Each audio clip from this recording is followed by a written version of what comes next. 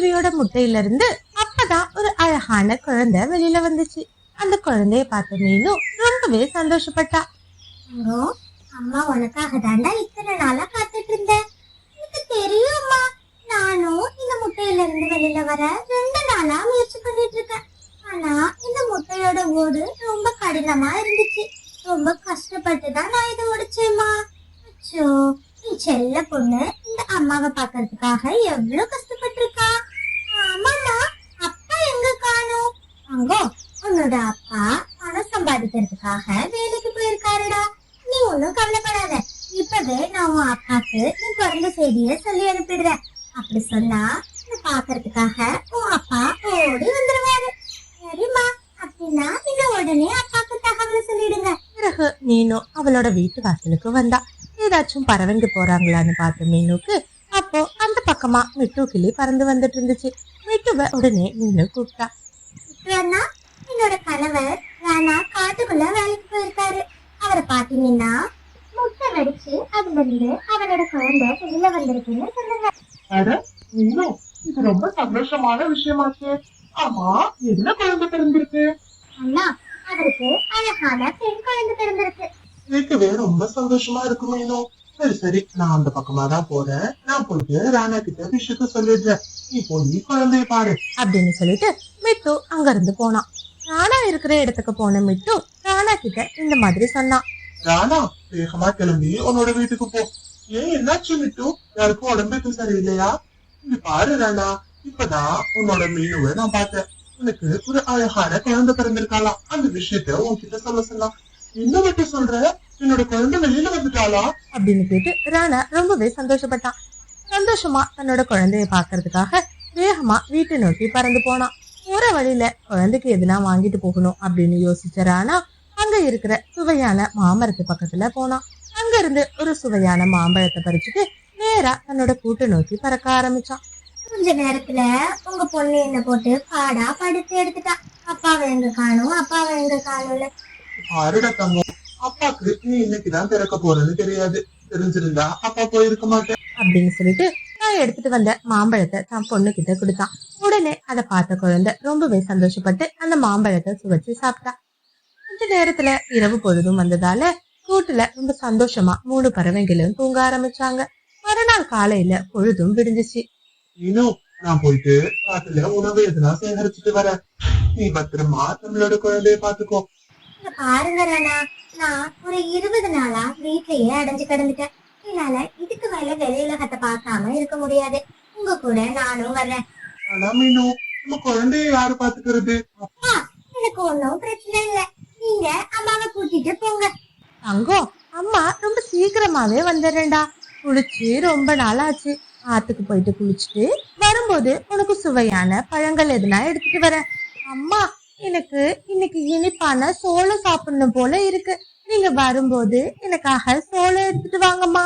சரிடா தங்கம், நீ பத்திரமா வீட்டை பூட்டிட்டு உள்ள இரு. அம்மா வரும்போது உனக்காக சோளம் எடுத்துட்டு வரேன் அப்படின்னு சொல்லிட்டு அங்க இருந்து ராணாவும் மீனுவும் கிளம்பி காட்டை நோக்கி பறக்க ஆரம்பிச்சாங்க. ஆத்தங்கரையில உட்காந்து பறவைங்க 2 பேரும் இப்படி பேச ஆரம்பிச்சாங்க. ஆமா மீனு, நீ பாட்டுக்கு நம்ம பொண்ணு கேட்டதும் சோளத்தை எடுத்துட்டு வரேன்னு சொல்லிட்டியே. இப்ப அந்த சோளத்தை எடுக்கணும்னா நம்ம அந்த விவசாயி தோட்டத்துக்கு தான் போகணும். இந்நேரத்துக்கு விவசாயி காவலுக்கு இருக்கோம். எப்படி நம்ம சோளத்தை எடுக்க முடியும்? பாருங்க ராணா, அது நினைச்சலாம் நீங்க எதுவும் கவலைப்படாதீங்க. கண்டிப்பா இன்னைக்கு நாங்க சோளத்தோடு தான் வீட்டுக்கு போறோம்.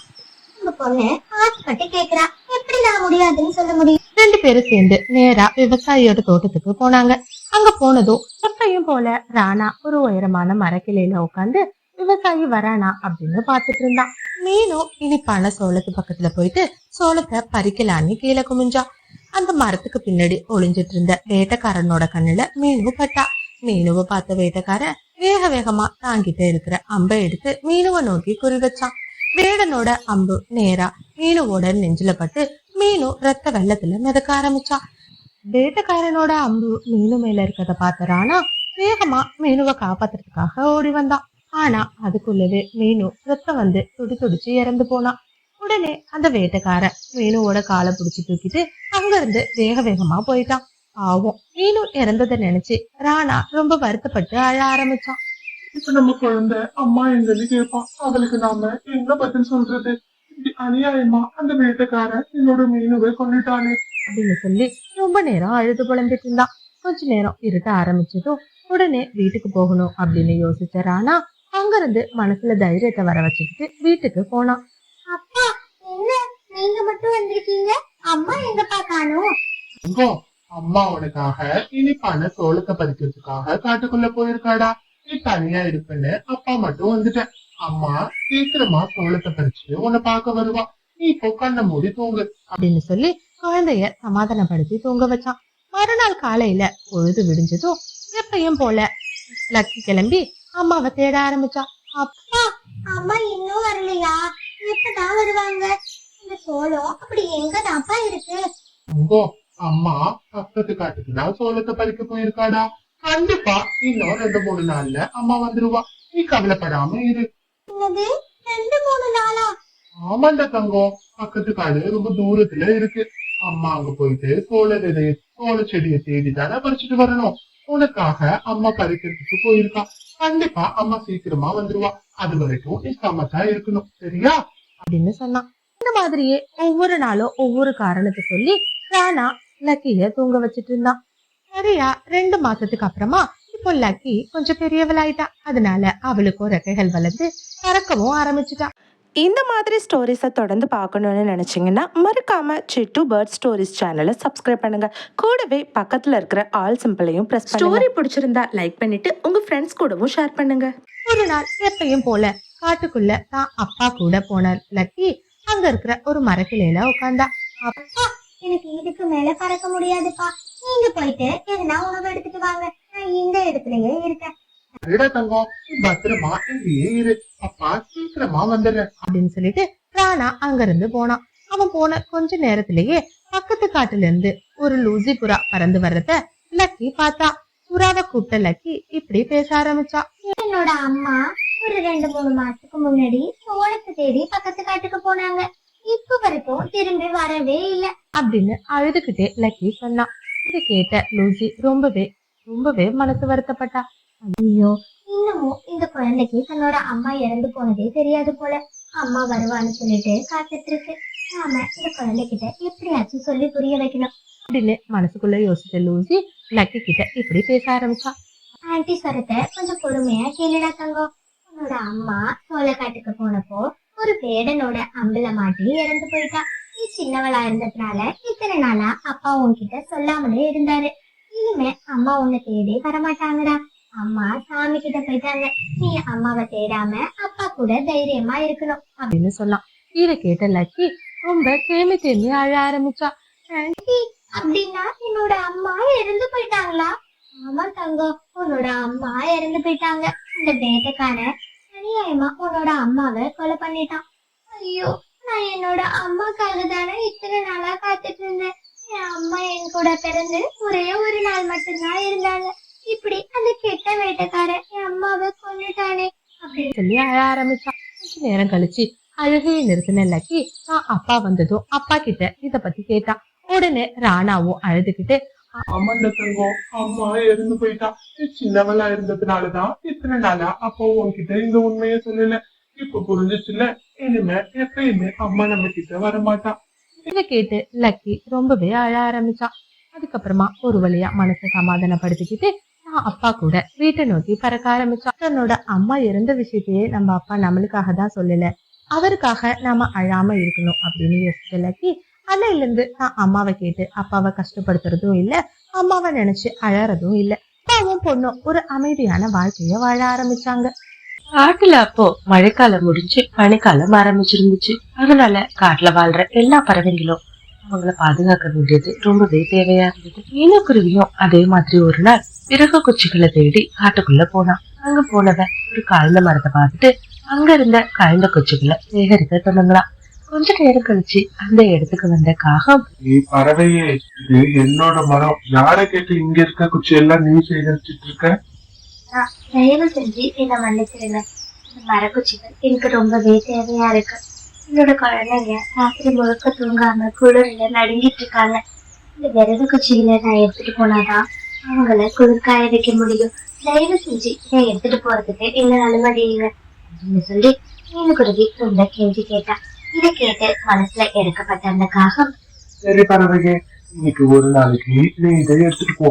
ஆனா என்னமோ இங்க வரக்கூடாது. ஏன்னா எனக்கும் விறகு குச்சிகள் தேவை இருக்கு. சரியா? பிறகு ரொம்ப சந்தோஷமா மீனுக்குருவி அந்த விறகு குச்சிகளை எடுத்துட்டு தன்னோட கூட்டை நோக்கி பறக்க ஆரம்பிச்சிச்சு. குழந்தைங்களா, நீங்க 2 பேரும் இன்னைக்கு குளிர் இல்லாம நல்லா தூங்கலாம். அம்மா உங்களுக்காக ஒரு பொருளை எடுத்துட்டு வந்திருக்கேன். அம்மா, என்ன சொல்றீங்க? அப்படின்னா நீங்க எங்களுக்காக குளிர்கால ஆடைகளை எடுத்துட்டு வந்திருக்கீங்களா? அம்மா, எங்களுக்கு ஸ்வெட்டர் போட்டு தூங்கணும்னு ரொம்ப ஆசையா இருக்குமா. ஜப்போ அவனோட வீட்டுல ஸ்வெட்டர் இருந்ததை காட்டலாம். அதை போட்டுட்டு தூங்கினா குளிரவே குளிராதான்.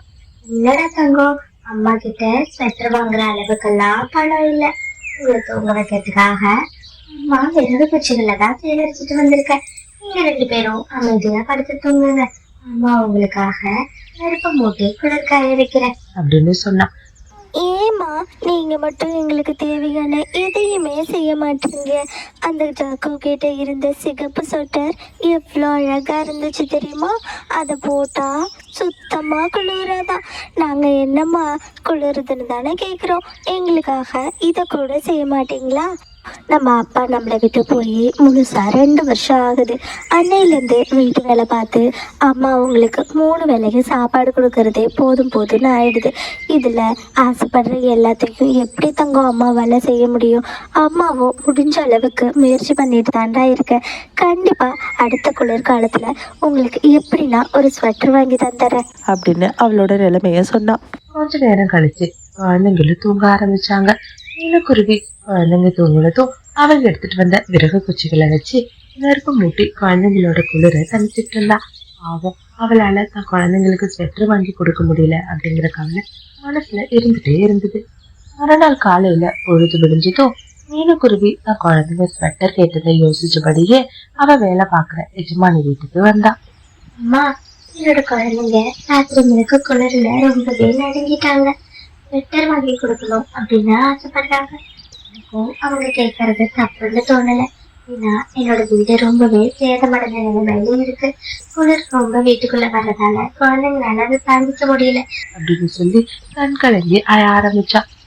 இந்த மாதிரி ஸ்டோரிஸை தொடர்ந்து பார்க்கணுன்னு நினச்சிங்கன்னா மறக்காமல் சிட்டு பேர்ட் ஸ்டோரிஸ் சேனலை சப்ஸ்கிரைப் பண்ணுங்கள். கூடவே பக்கத்தில் இருக்கிற ஆல் சிம்பிளையும் ப்ரெஸ் பண்ணுங்க. ஸ்டோரி பிடிச்சிருந்தா லைக் பண்ணிவிட்டு உங்கள் ஃப்ரெண்ட்ஸ் கூடவும் ஷேர் பண்ணுங்கள். இதை கேட்ட மெட்டுக்கிளி, இன்னும் நீ அழாத மீனும், இதெல்லாம் ஒண்ணு பண்ணு. என்கிட்ட புது ஸ்வெட்டர் வாங்கி வந்தனால மனசு வேஸ்டா தான் இருக்கு. அதை வேணும்னா நான் உனக்கு தரேன். உன்னோட குழந்தைங்களுக்கு அதை போட்டு விடு அப்படின்னு சொல்லி தான் கிட்ட இருக்கிற அந்த பழைய ஸ்வெட்டர் ஒண்ணு கொடுத்தா. ஆனா மீனுக்கும் 2 ஸ்வெட்டர் தேவைப்பட்டதால, அம்மா, எனக்கு 2 குழந்தைங்க இருக்காங்க. இந்த ஒரு ஸ்வெட்டரை நான் எடுத்துட்டு போனா கண்டிப்பா சண்டை போட்டுக்குவாங்க. நீங்க எங்க வாங்குறீங்கன்னு சொல்லுங்கம்மா. நான் போயிட்டு அதே இடத்துல இந்த ஸ்வெட்டரை வாங்கிக்கிறேன் அப்படின்னு சொன்னா. உடனே இதை கேட்ட மிட்டு, இங்க பாரு மீனும், ஸ்வெட்டர் ரொம்பவே விலை ஜாஸ்தி. உன்னால புடிச்சு வாங்குறதுக்கு முடியாது. என்ன நீ ஒண்ணு பண்ணு, நேரா மனிதர்கள் வாழ்ற இடத்துக்கு போ. அங்க போனீங்கன்னா கண்டிப்பா உனக்கு பழைய ஸ்வெட்டர் இதெல்லாம் கிடைக்கும். அதை எடுத்துட்டு வந்து இதையே நீ வாங்கிட்டு போய் குழந்தைங்க கிட்ட கொடு அப்படின்னு சொன்னா. இதை கேட்ட மீனும் ரொம்பவே சந்தோஷப்பட்டா. சரிம்மா, நான் உடனே போய் அங்க பாக்குறேன் அப்படின்னு சொல்லிட்டு நேரா மனிதர்கள் வாழ்ற இடத்த நோக்கி பறக்க ஆரம்பிச்சா. ரொம்ப தூரம் போனதுக்கு அப்புறமா விட்டு பறந்துட்டு இருக்கும்போது கீழே குப்பை கிடங்குல ஒரு பிரிஞ்ச துணி கிடக்கிறத பார்த்தா. உடனே வேக வேகமா அந்த துணி பக்கத்துல போன மீனும் அது என்ன அப்படின்னு உத்து பார்த்தா. அட, இந்த இடத்துல ஜமானி அம்மா சொன்ன மாதிரி ஸ்வெட்டர் இருக்கு. பக்கத்துல ஒரு கிழிஞ்ச துணியும் இருக்கு. நம்ம இதை எடுத்துட்டு போலாம். எடுத்துட்டு போய் குழந்தைங்க கிட்ட கொடுத்தா சந்தோஷமா போட்டுக்குவாங்க அப்படின்னு சொல்லி அந்த கிழிஞ்சு போன ஸ்வெட்டரையும் அந்த வேஸ்டான துணியையும் எடுத்துட்டு மீனும் அவ கூட்டுக்கு பறந்து வந்தா. வர வழியில மீனோட நினைப்பு ஃபுல்லா இந்த ஸ்வெட்டர் வேலையிலே இருந்துச்சு. ஆனா இந்த ஸ்வெட்டர் ரொம்ப கிழிஞ்ச நிலைமையில இருக்கு. இதை எடுத்துட்டு போனா கண்டிப்பா குழந்தைங்களுக்கு மனசு ரொம்பவே வருத்தப்படும் அப்படின்னு யோசிச்ச மீனும் நேரா அந்த ஸ்வெட்டரை எடுத்துட்டு தன்னோட தோழி லூசியோட வீட்டுக்கு போனா. லூசி அந்த காட்டுல வாழ்ற பறவைங்களுக்காக டைலர் வேலை பார்த்துட்டு இருந்தது. லூசி, உன்னோட தையல் மிஷின் இப்ப நல்ல நிலைமையில தானே இருக்கு, அதுல ஒரு நல்ல துணி தைக்க முடியும் தானே அப்படின்னு சொல்லி கேட்டா. இதை கேட்ட லூசி, இன்னும் என்னோட தையல் மிஷின் நல்ல நிலைமையில தான் இருக்கு, நல்லா துணியும் தைக்கும். ஆனா என்னாலதான் இப்போ தைக்க முடியாது, நான் கர்ப்பமா இருக்கிறதால இப்போ துணி தைக்கிறத கொஞ்ச நாளைக்கு நிறுத்தி வச்சிருக்கேன் அப்படின்னு சொன்னா.